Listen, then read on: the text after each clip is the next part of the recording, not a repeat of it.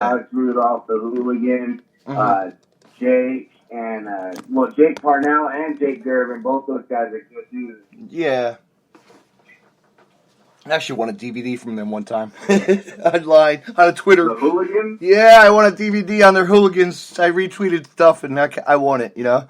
I was like, this is cool. That's cool, man. They're great guys. Oh, yeah. We worked the Hooligans. We worked them in Illinois. Mm-hmm. We worked them here in New Mexico. Yeah. And I fucking love to just travel all over fighting those dudes. Mm-hmm. Yeah, they're just a bunch of crazy guys that love to do it, you know? Oh, yeah. They party as hard as they fight, man. They like to do the chair dive. Their thing is that big chair pile up, you know? I'm sure you noticed that. Oh, yeah. You know, they just go all out and then dive right on the chairs. And, yeah, we worked with the Viking War Party, we worked with the Hooligans. Mm-hmm. Pretty much like that main carload that hits the road, man. We've got a chance to work with all those guys. Yeah. Good dudes. Mm-hmm. So what promotions would you like to work for? If you know, I'm sure you're in the works. What do you like IWA? You know, man, it's hard. I'm obviously CCW, and once you start getting to like the higher big promotions, right. For me, I had like regions in mind. You know, I don't even know. Like the Hooligans have sent us some stuff to call up some people, but there's a lot of times whenever I don't even know what's actually out there. So much I just like, I want to hit up this region soon. I want to hit up this region soon. Mm-hmm. But for me, it's the more this Blood Brothers stuff comes, the more we'll start probably doing more deathmatch. But I fucking these dudes like these these Tremonts and these John Wayne Murdochs that do this for a living.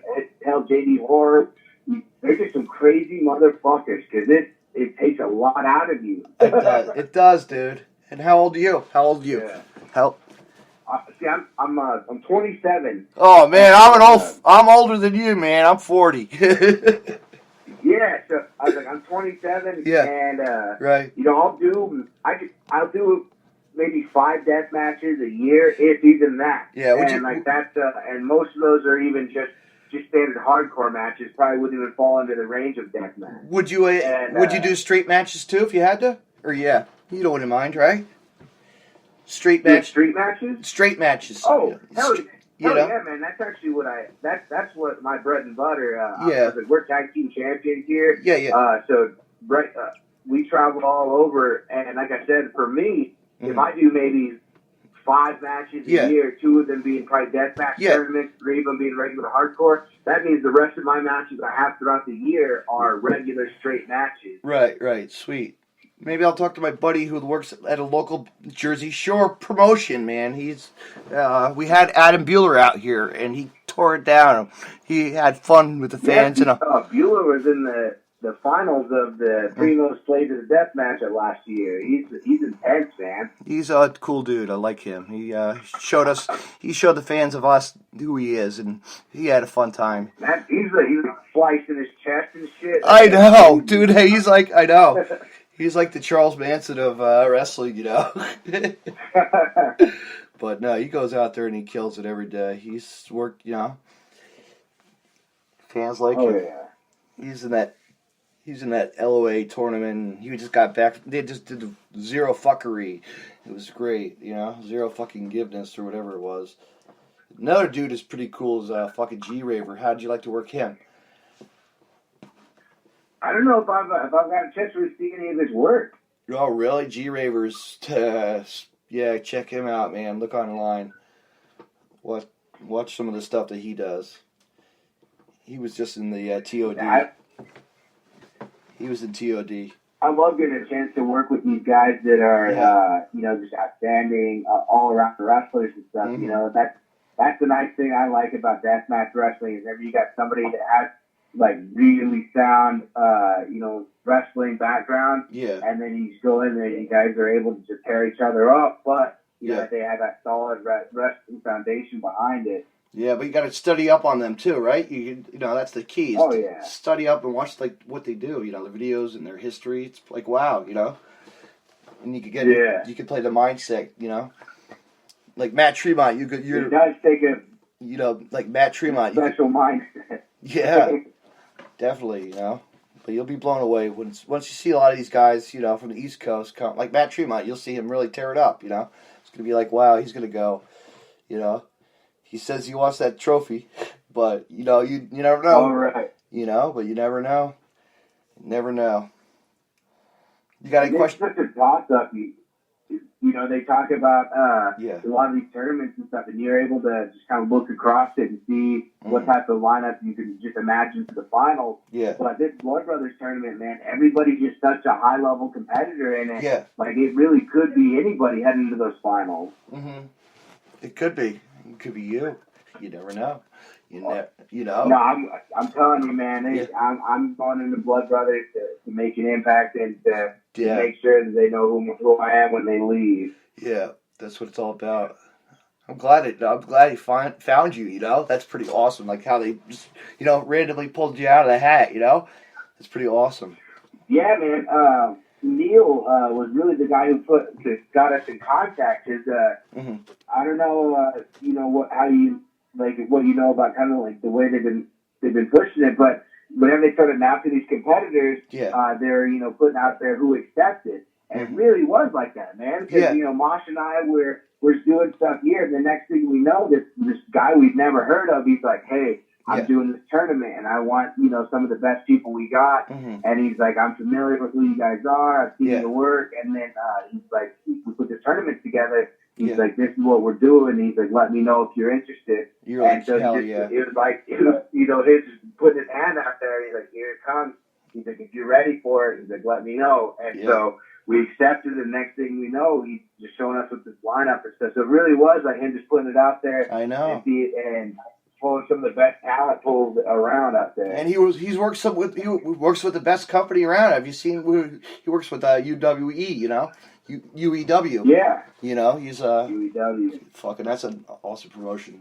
That's what that's what the fucking Homeless Jimmy and what do you call it? JD Horror are part of. JD Horror and Mike Kruger, who's not going to be in the tournament. No, dude. But he's been doing a lot of work there. Yeah, he's out. He was out for an injury. Yeah, he's got a shoulder injury, I think, is what I understand. Yeah. It's going to happen out for a little. But, dude, that guy's super young. If I'm not mistaken, I think he's 21. Yeah. So even if he's out for, whatever amount of time, he's going to come back. He's still young. He's going to hit it strong. He's a good kid. I like him. Yeah, UEW has... I was thinking that UEW had Human Tornado. The Human Tornado. He's another name. We got a chance to work with Michael Kruger whenever he was very first starting out. We got a chance to work with him in Phoenix, and he's just a really good dude all the way around. Yeah. And then he was supposed to be in that Primo Slaves of the Deathmatch tournament. Yeah. And some shit fell through, and he wasn't able to make it. And so I've seen some videos of him doing some deathmatch stuff. Yeah. And I think that kid's as long as he can keep himself off the injured list, he's gonna have a good career for himself. Yeah, he's badass.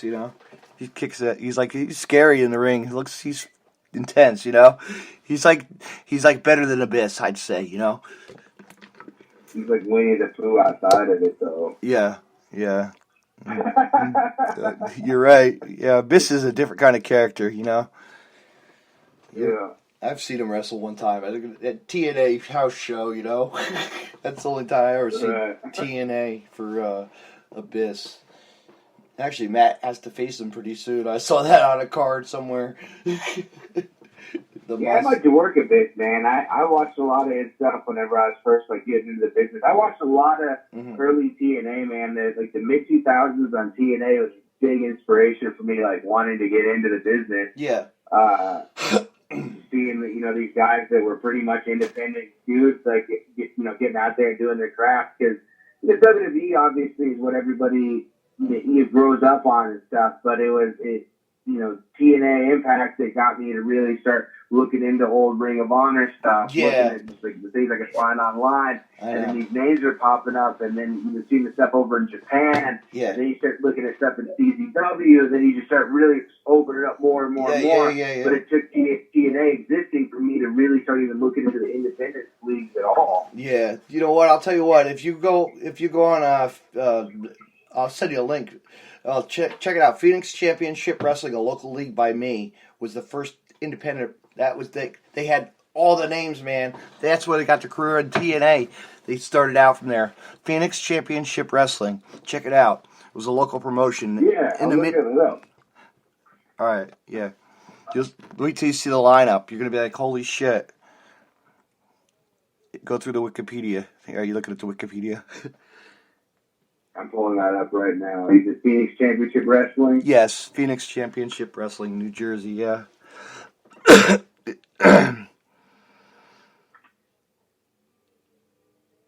pull up the Wikipedia pages at guy's name is River, New Jersey. Yes, yep, Donnie B. Guy's name is Donnie B. was the owner.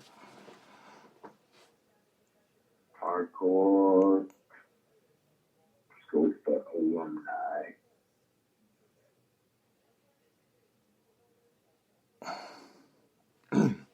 Wow, right? Kazarian. Yeah, I know, man. See? I'm just seeing all kinds of names popping up through here. Yeah, that seems like the place to be. That was early 2000s too. Yeah, the 90s, man. They were that was the company. That was a company that took a really big, jump for the indie guys. Yeah. You had Malice from WCW, dude. Malice. That was badass. He lived right by me. I didn't even know it, My buddy used to go to the gym with him. Dude. Pump iron with him. Charlie Haas coming through there. The Basura brothers. Yes, yeah. Even Barry Windham one time. I didn't even realize, So, yeah. We worked a show with Steve Carino one time down in Texas, and he probably thinks I'm a crazy dude because I was still paying dues in the business and everything. So it's Mosh Pit Mike, Chewy Martinez. I'm trying to remember who else was with us. Yeah. And after the show, they just get smashed, and they're like, and then they tell me that we got to take Carino to the airport at 6 a.m. And I'm like, well, fuck, dude. I was like, I can't. I was like, I can't drive at 6 a.m. I was like, I got to get to the suite. And they're like, yeah, try to get to the suite. Yeah. It was like already 1 in the morning when they tell me that we got to pick him up and take him to the airport at 6. Yeah. So then they proceed to be fucking crazy stupid all night. Right? I didn't get any sleep, but I was like trying to keep them wrangled in. Yeah. And then it comes time to take Carino to the airport, and I'm stupid tired. Yeah. And so I'm driving the car, and Carino thinks I'm as drunk as everybody else in the fucking car. And he's panicking, dude. He's like literally in the back seat, like, whoa, watch out, guys, watch out. He's like freaking out. And then like we finally get in the airport, and they're like, Ray, why were you acting drunk? I was like, I'm not drunk. I just didn't get any sleep. I was like, I'm tired. But Carino probably thought we were a bunch of drunk assholes that drove him to the airport. He was gonna die. Right. Good old Steve Carino.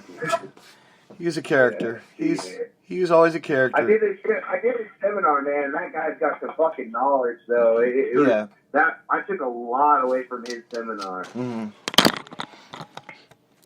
He's got a good mind for merchandising, for branding and everything. He's really good at that. He's got a cute boy. He's got a cute little son, right now. He's did good.